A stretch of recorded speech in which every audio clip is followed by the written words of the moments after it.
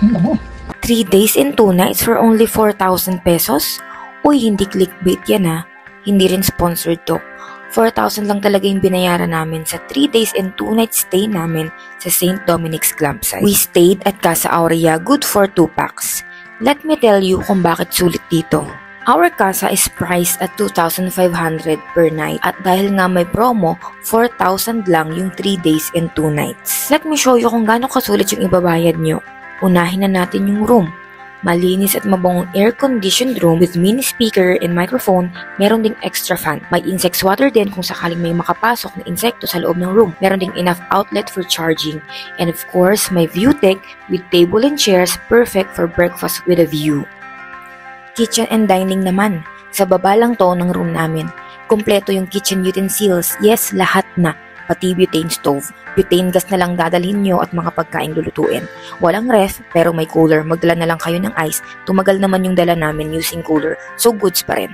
Dito rin nakalagay yung outdoor tub for quick dip while romanticizing life. Next is bathroom. Yes, nakahiwalay yung CR nito.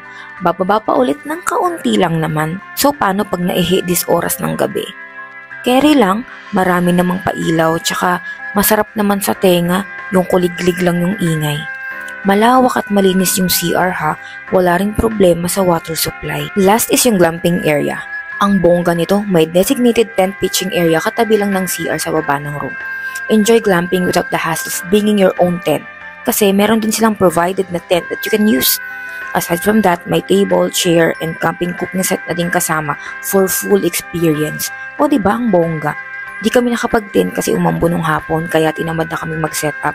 So, nag-dinner na lang kami doon. Still a fun experience. By the way, walang wifi sa Casa Aurea and expect na medyo mahina yung signal ng telco dito.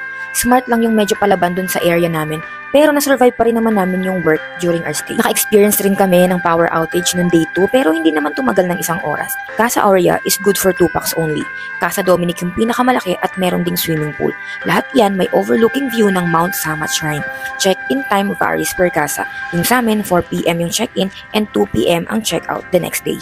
Message them on their Facebook page to book your stay.